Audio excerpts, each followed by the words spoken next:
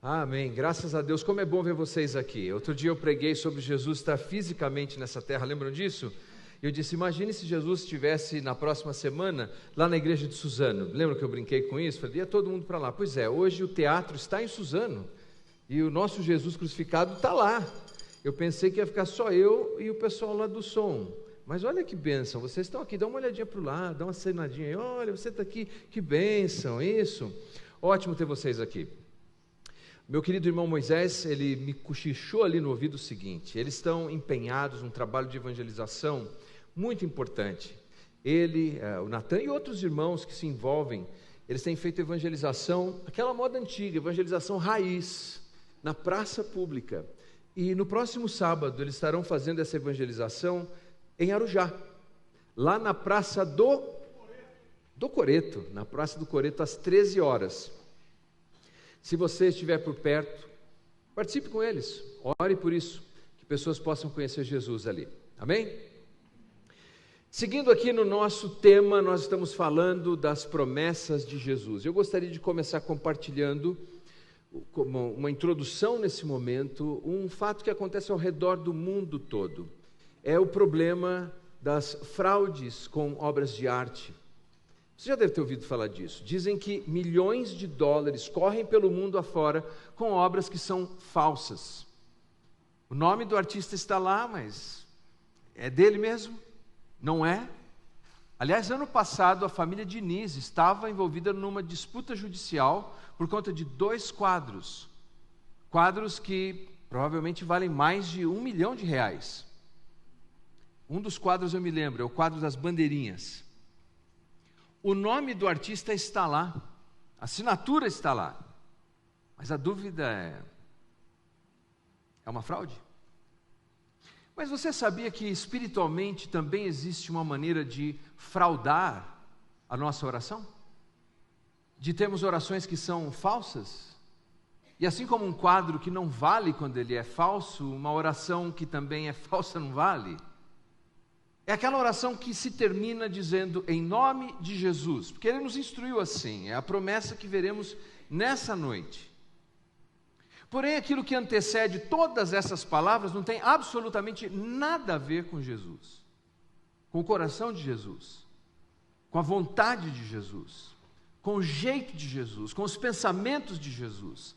Então nós, verborragicamente, dizemos uma porção de coisa, e aí para garantir nós dizemos lá no final, em nome de Jesus. Fraude. Se chegar na expedição celestial, se é que existe tal coisa, os anjos vão dizer, olha, chegou uma requisição aqui, mas está estranho, está em nome de Jesus, mas o que está pedindo, Jesus não pediria. E sabe, nós precisamos entender que Jesus nos fez uma promessa maravilhosa. Lá, quando Ele estava com seus discípulos reunidos, naquele cenáculo que eu chamei na semana passada de um salão de festa, onde as pessoas celebravam seus jantares, seus encontros de família, suas atividades religiosas. Lá, naquele lugar que João registrou inspiradamente, aquelas palavras, ele registrou várias promessas maravilhosas. Até aqui nós vimos já 2 promessas, hoje vamos ver a terceira promessa. Qual foi a primeira promessa que nós vimos? Exato, eu gosto da descrição de vocês. Vejam que eles são mais escandalosos aqui. Qual foi a primeira promessa que nós vimos? Agora eles estão cochichando do lado de lá. Eu vou dar mais uma chance para eles. Qual foi a primeira promessa de Jesus que nós vimos até agora? Exato, o Espírito Santo. É isso que me motiva, essa vontade que vocês demonstram. Mas há mais uma promessa que nós vimos domingo passado, está mais perto de lembrar. Domingo passado nós vimos uma segunda promessa, que é a promessa da paz. Uma paz que é inabalável. E agora vocês podem dizer à vontade, não há mais segredos. A primeira promessa é a segunda promessa é e hoje é a promessa que eu creio, uma promessa grandiosa. Uma promessa poderosa. Pense por um instante. Sai do piloto automático e pense por um instante nessa promessa. Jesus disse, estou indo para o Pai, mando o Espírito Santo, te dou a minha paz, e eu quero prometer a você, que se você orar em meu nome, meu Pai vai responder essa oração. Isso é grande ou não é? Isso é imenso. Um escritor chamado Ian Bounds, ele é famoso por escrever livros sobre oração, vários livros foram publicados. Ele disse o seguinte: a oração em nome de Jesus é a chave que abre o tesouro de Deus. Isso é grande. Mas, se usar o nome de Jesus como algo que é forjado, usar o nome de Jesus como se fosse uma palavra mágica, nós não teremos nenhum resultado. Porque Deus não é um grande mágico do universo. Deus não está envolvido com mágica. O nome de Jesus não é como ocus pocus, abracadabra, ou, para deixar mais aqui na nossa brasilidade, pirlim pim pim. Não. O nome de Jesus não é uma mágica. Então, o que significa orar em nome de Jesus? Por que isso é tão relevante? Lembre-se, o apóstolo João, quando ele registrou essa promessa, ele está escrevendo para a audiência original por volta do ano 90. No ano 90, o imperador era Domiciano, um dos mais cruéis perseguidores da Igreja de Cristo. E aqueles cristãos estavam sofrendo severamente a perseguição. E eles precisavam saber, há algum recurso? Eu tenho alguma saída? Olha a pressão que nós estamos sofrendo, a perseguição que nós estamos vivendo. Deus nos ouve. João, com a sua pena inspirada, vai dizer: olha, eu estive um dia nessa reunião intimista com Jesus. E ele falou de um recurso poderoso, de um recurso maravilhoso para as nossas vidas. Que é isso que se encontra aqui. Abra sua Bíblia, por favor, no Evangelho de João, no capítulo 16, versículos 23 e 24. Nosso tema: respostas às orações, confiança na promessa de Jesus. João 16, 23 e 24.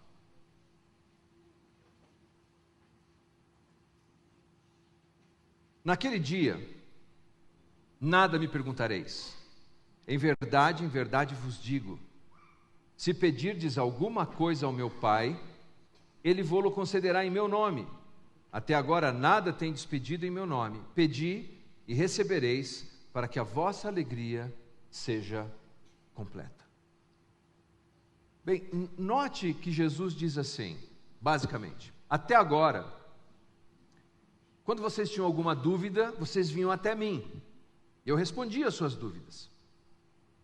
Quando vocês tinham alguma necessidade, vocês vinham até a mim.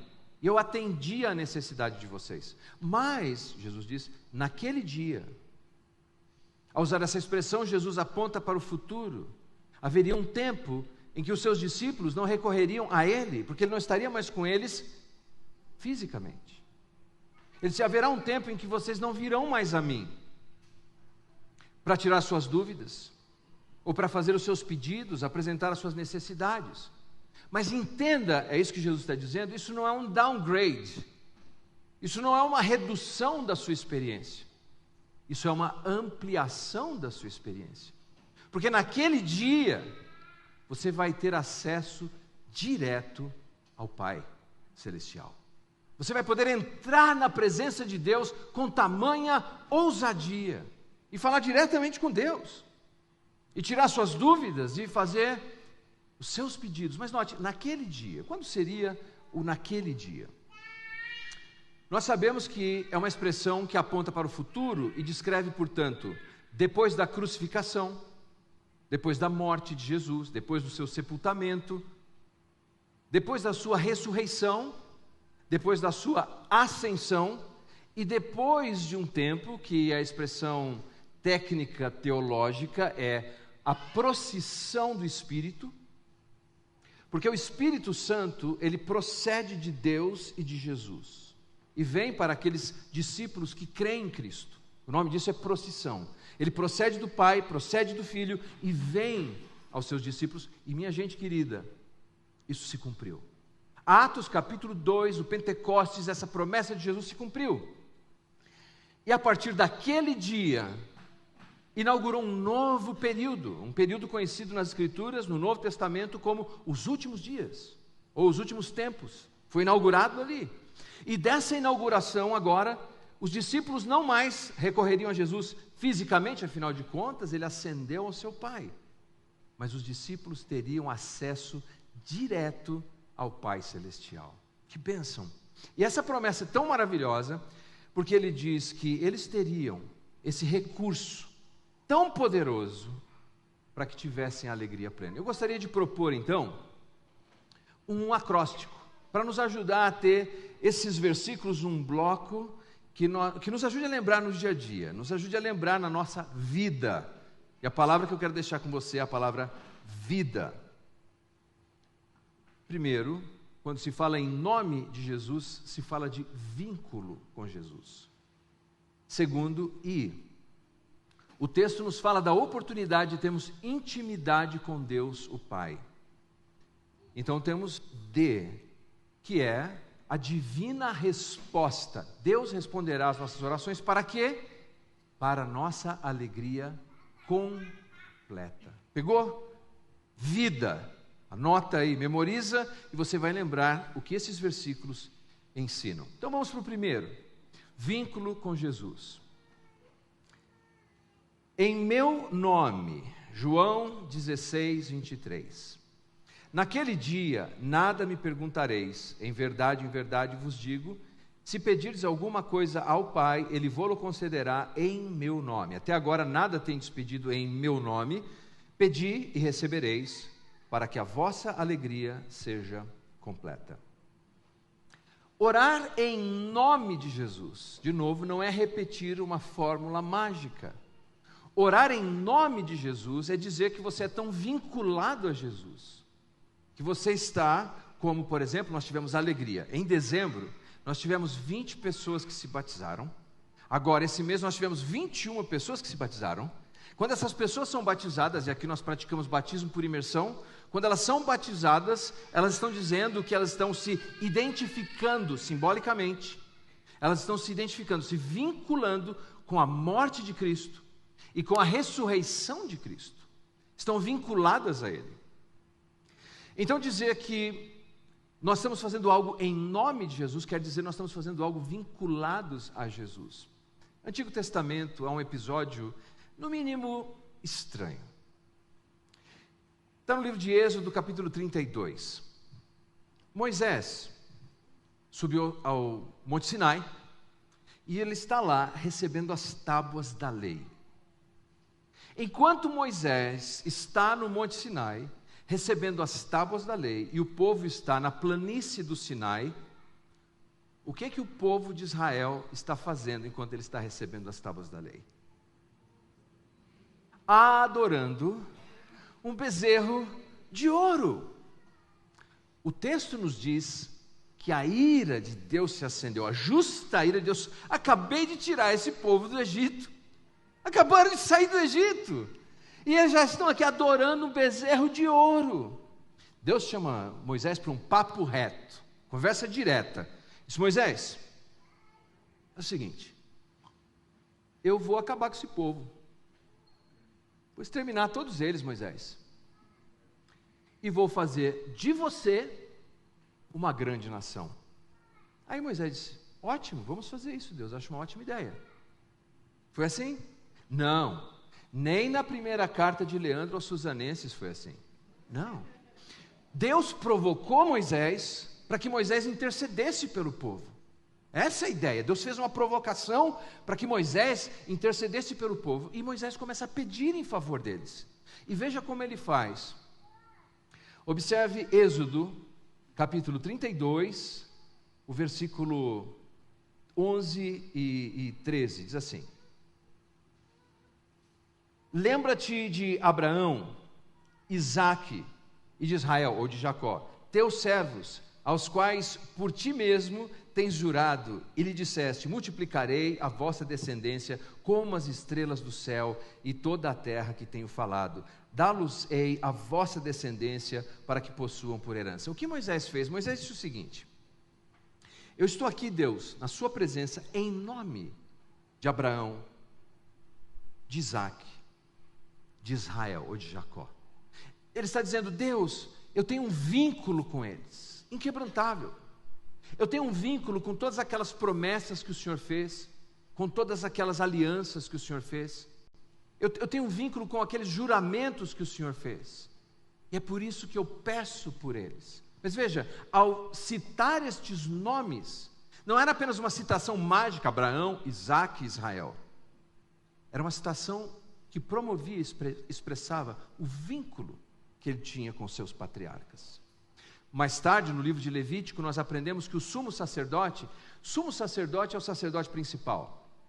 Ele entrava no Santo dos Santos e ele fazia o quê? Ele intercedia pelo povo. Em outras palavras, ele orava em nome do povo de Israel, dizendo o quê? Eu, sumo sacerdote, estou aqui oferecendo esse sacrifício, não em meu nome, mas em nome do povo de Israel. Eu estou vinculado a eles.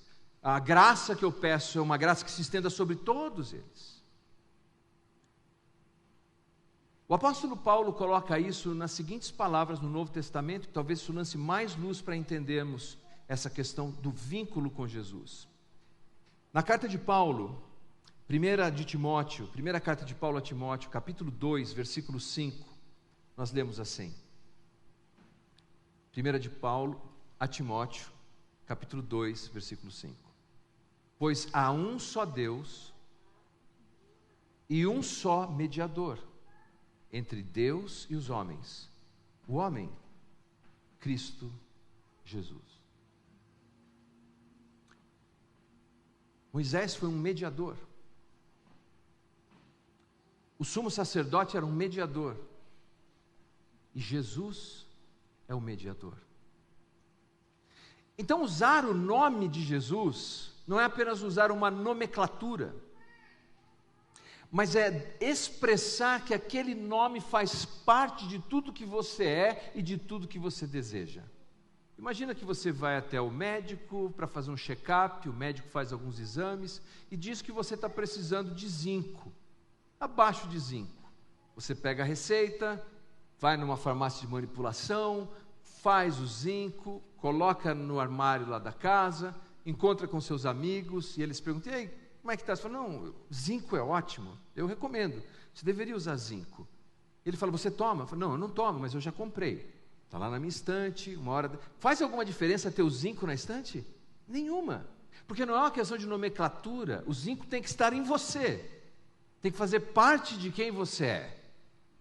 E quando Paulo fala de Jesus ser o mediador, ele está nos convidando a entender que nós temos alguém que faz uma ponte entre o Deus Todo-Poderoso e quem nós somos. Posso fazer uma reflexão teológica? Tudo bem? Pode ser? Teologicamente, nós aprendemos que Deus é transcendente. O que significa que Deus é transcendente? Que Deus é o Criador de todo esse universo. Eu estava sentado aqui olhando agora à tarde, estava tão bonito ali o pôr do sol. Deus é o Criador disso. Deus deu origem a todas essas coisas. Mas Ele é transcendente, ou seja, Ele não depende da sua criação. Deus não está preso à sua criação. Ele é tão outro, Ele é tão elevado, que um dos títulos para Deus é que Ele é o Altíssimo, lá em cima. Como então, esse Deus tão grande, que está nesse reino glorioso espiritual, pode entrar aqui na história, no tempo e no espaço onde eu e você estamos? Como? Eu e a Julie, minha esposa, nós gostamos de ver esses canais, National Geographic, The History Channel, que mostram essas imagens do Hubble, do espaço, e você vê galáxias sobre galáxias, estrelas, constelações, e o negócio é tão grande, é tão imenso. E aí eu penso, puxa, Deus é tão o outro. Ele criou tudo isso. Ele é tão maior, Ele é o Altíssimo. E aí lá estou eu de manhã, no meu escritório, em Mogi das Cruzes, com o meu cafezinho preparado para o meu devocional. Eu penso nessa grandeza. Imagino essas galáxias. Por quê? Porque esse Deus todo-poderoso, tão grande, transcendente, vai ouvir um cara lá em Mogi das Cruzes, no escritóriozinho, na Serra do Itapetí. Por quê? Por que Deus ouviria? Porque Ele tem uma xícara que tem cristais para cobrir? Não. Porque Ele tem um mediador chamado Jesus Cristo. Porque pelos méritos de Jesus Cristo, Deus nos aceita e nos recebe. E quando de manhã eu passo o meu café e vou fazer a minha oração, Deus tem a atenção dEle naquele pequeno escritório, naquele pequeno ponto na Serra do Itapetí. Porque eu estou ali, vinculado a Jesus, orando em nome de Jesus. Mas isso é verdade para você? Isso é verdade a seu respeito? Essa é a sua realidade, é a sua experiência, e nós abraçamos isso pela fé. Nós temos um mediador, e porque nós temos um mediador, e nós estamos vinculados a esse mediador, quer dizer o seguinte, que toda a nossa vida, o nosso dia a dia, pela graça de Cristo, pelo poder do Espírito, é uma expressão desse vínculo. Veja um outro texto de Paulo, que se encontra na carta aos Colossenses, capítulo 3, versículo 17, ele diz assim: tudo o que vocês fizerem, sejam em palavras, em ações, façam no nome do Senhor Jesus, dando por Ele graças a Deus Pai. Tudo o que vocês fizerem. Então, quando nós estamos orando, estamos pronunciando palavras, nós estamos fazendo em nome de Jesus. Mas quando nós estamos vivendo a vida, fazendo escolhas, conversando com as pessoas, tratando um funcionário, fechando um negócio, lidando com o cônjuge, lidando com o filho, lidando com o vizinho, lidando com o crente, lidando com quem quer que seja, ali ainda eu estou vinculado e fazendo tudo em nome de Jesus, porque Jesus é a ponte que me liga com o Deus Todo-Poderoso, e é Jesus que garante que eu possa ser uma pessoa totalmente diferente nessa sociedade. Então, quando eu falo e eu oro, eu não estou fazendo algo que seja contrário ao que Ele é, mas de fato eu estou expressando aquilo que é a essência da minha vida, Cristo Jesus. Há uma história no livro de Atos, essa é bizarra. Eu acho que Lucas, quando escreveu, ele escreveu rindo, porque é uma história bizarra. Ela está em Atos capítulo 19, nós não vamos ler, mas eu vou contar para vocês. O ministério do apóstolo Paulo, a essa altura, estava florescendo, ele estava fazendo sinais, prodígios, maravilhas, pessoas estavam sendo curadas, endemoniados estavam sendo libertos. E alguns judeus tiveram essa ideia, falaram, se ele faz, nós também podemos fazer. Como é que ele faz? Não, ele faz em nome de Jesus. Então esses judeus foram até lá e disseram, nós vamos fazer em nome de Jesus. Encontraram o endemoniado, entraram na casa dele e disseram, olha, em nome de Jesus, disseram para o endemoniado, em nome de Jesus, a quem Paulo prega, eu te ordeno, saia desse homem. E aí a ironia do texto é que o demônio disse, espera aí, Jesus eu sei quem é, eu conheço, Paulo eu sei quem é, mas você, quem é? E aí o texto diz que aquele homem, possuído por demônios, avançou no figura, agrediu, bateu neles, arrancou a roupa deles, e eles saíram correndo na cidade pelado. Mas ele não falou em nome de Jesus? Falou ou não falou? Falou. Mas tinha vínculo com Jesus? Não. O nome de Jesus não é uma palavra mágica.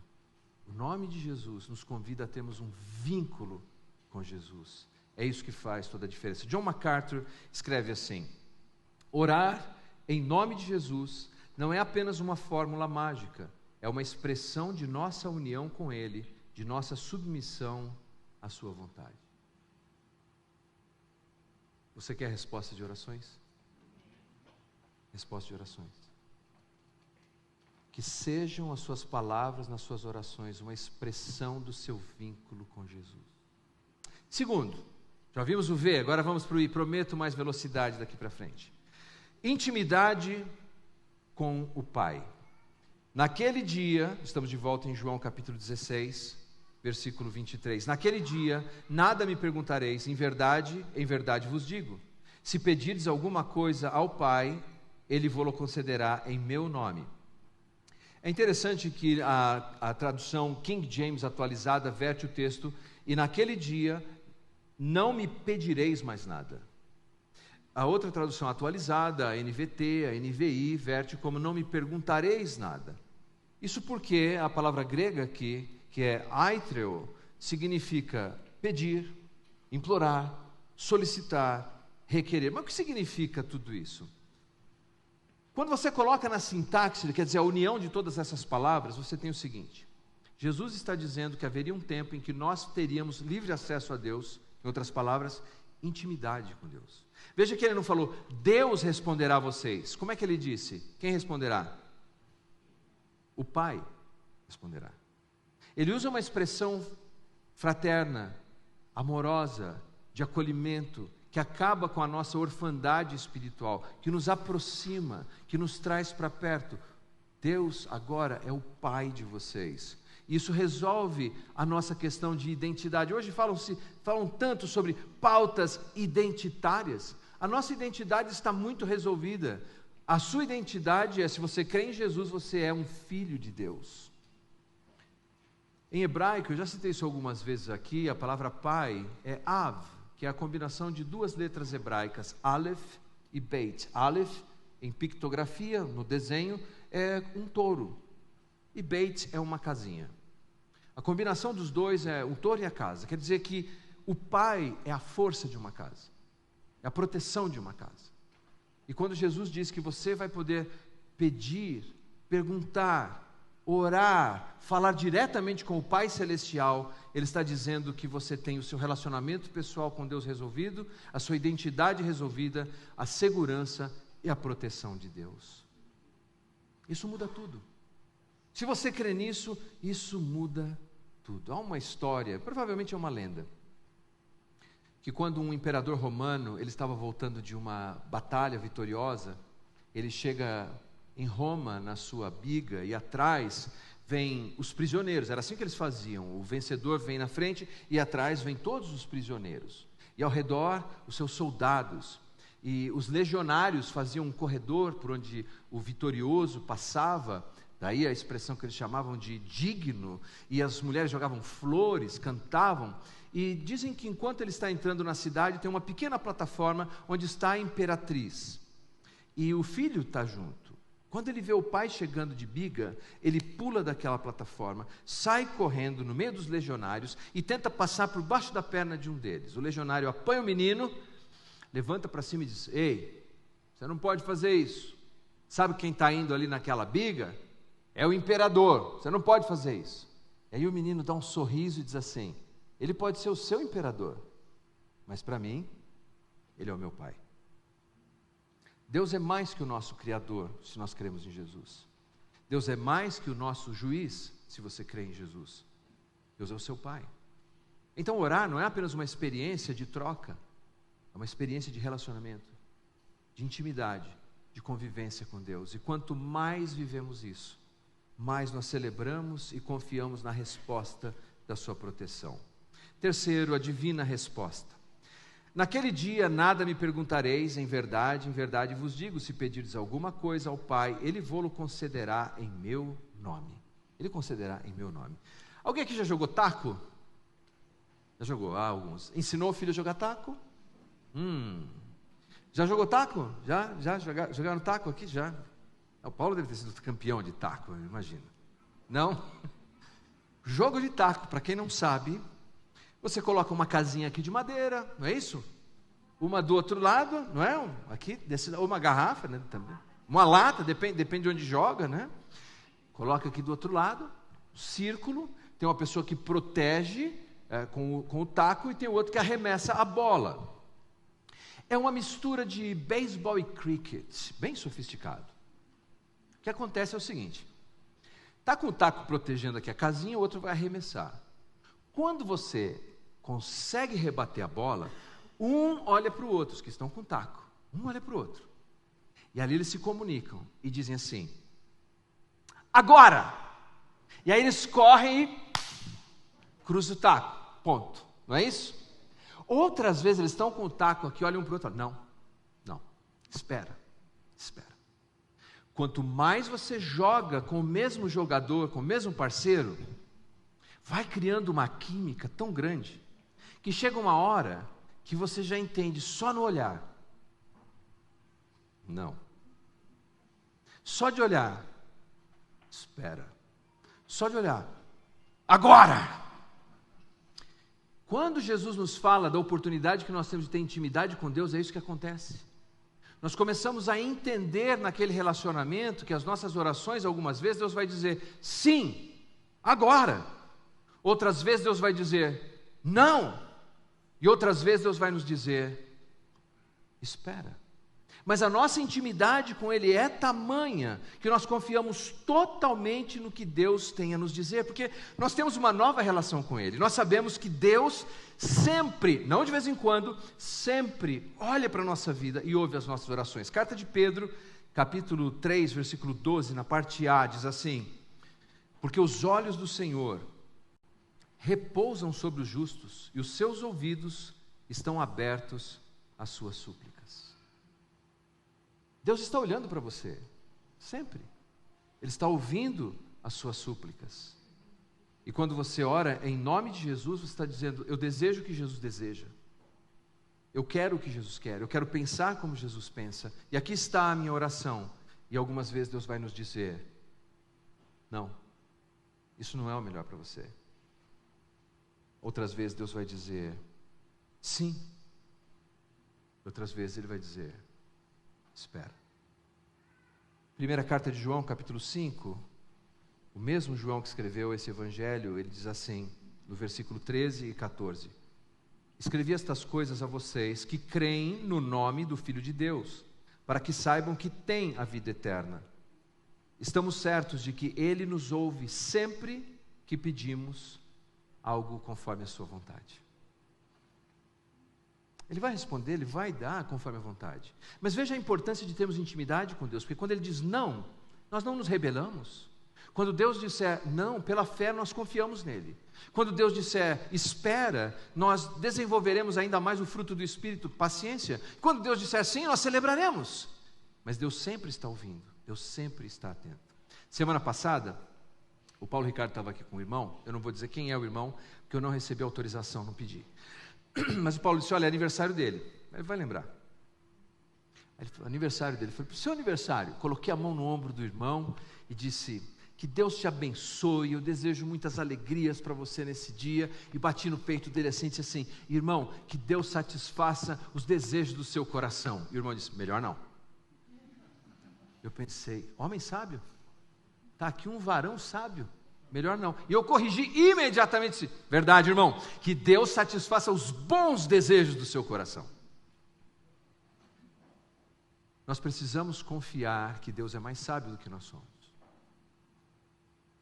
Deus tem a capacidade de nos oferecer, seja pelo sim, pelo espere ou pelo não, o melhor para nossas vidas. Por quê? Porque o objetivo da oração, Jesus disse, é a alegria.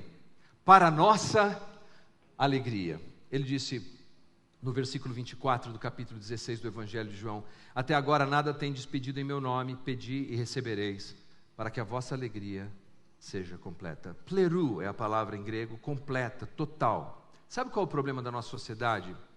E que nós vivemos também.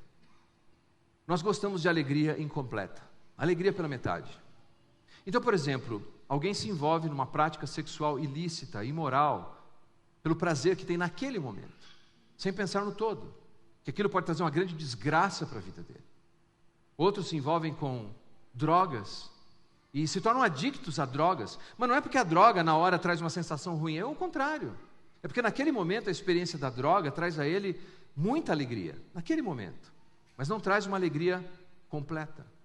Deus, Ele não está no negócio de te dar alegria parcial. Deus está no negócio de te dar alegria eternal, completa. Portanto, se Deus nos entrega algo, é porque Ele está vislumbrando a eternidade, para que aquilo seja de fato para a nossa alegria. Vou lhe dizer uma coisa, eu agradeço a Deus por tantas orações que Ele não me deu quando eu pedi quando era mais jovem. Posso te dar um exemplo? Quando eu era garoto, que loucura, eu pedi a Deus um cavalo. Deus nunca me deu um cavalo, mas a minha mulher teve um pônei, é um cavalanão. Mas eu vi o trabalho que dava aquilo dela. Em casa tem vários animais, como o Alexandre disse, mas nenhum dos animais são meus, nenhum. Eles dizem que tem um gato que apareceu lá que é meu, mas não é meu, não é. O único animal que eu tenho, que eu ganhei do Jadson, que é daqui da igreja, é o Jonah. O Jonah é um peixe beta, que está num aquário desse tamanho. O Jonah é meu. Eu alimento o Jonah com 4 bolinhas diárias, eu limpo o aquário dele uma semana, cada 10 dias, ele não faz barulho, ele não reclama, a gente se dá super bem. Eu fico pensando hoje assim, um dia eu cheguei para Deus e falei, Deus, pai, eu quero um cavalo. E Deus olhou e disse, Leandro, não é a sua, meu filho. Mas eu vou te dizer o que vai ser bom para você, que vai ser para a sua alegria. Um peixe beta. Você vai ter um aquário bonitinho. E olha, você não vai nem gastar, porque o irmão ainda vai te dar. Vai ser uma bênção. E eu recebi. E que alegria eu e o Jonah temos. Nós nos damos super bem. Eu agradeço a Deus que Ele não me deu o cavalo. Agora, deixa eu te dizer a mesma coisa, de uma maneira mais sofisticada. Veja só. Nós sabemos que Deus, como disse John Stott, todas as vezes que Ele responde a nossa oração, Ele diz não, se as coisas que nós pedimos não são boas em si mesmas, ou se não são boas para os outros, direto, indiretamente, imediatamente ou ultimamente. Quem tem uma perspectiva de ver tudo isso? Eu e você não temos, mas Deus tem. Então, quando nós oramos em nome de Jesus, vinculados com Jesus, é porque queremos desejar o que Jesus deseja, queremos aquilo que é a vontade de Deus. A vontade de Deus é boa, é perfeita, é agradável. Há uma história na Bíblia, em Mateus capítulo 20, no versículo 22, é a história da mãe de João e Tiago. Ela chega para Jesus e faz um pedido para Jesus. Ela diz assim, me permita colocar um filho meu à tua direita e um à tua esquerda? E aqui é a resposta de Jesus. Jesus respondeu, vocês não sabem o que estão pedindo. E é essa a realidade. Algumas vezes nós estamos pedindo, mas nós não sabemos o que estamos pedindo. Se Deus nos responder de uma maneira diferente, louvado seja o nome do Senhor.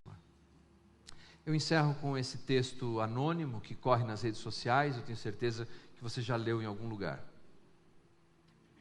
Eu pedi forças a Deus, Ele me deu dificuldades para me fazer forte.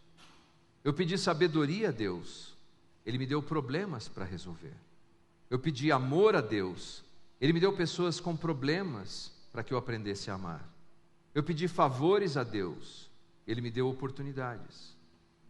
Eu não recebi nada do que eu pedi, mas recebi tudo o que eu precisava. É essa a certeza que nós temos, que Deus sempre nos dará o que nós precisamos. Você crê nisso? Vamos colocar em pé.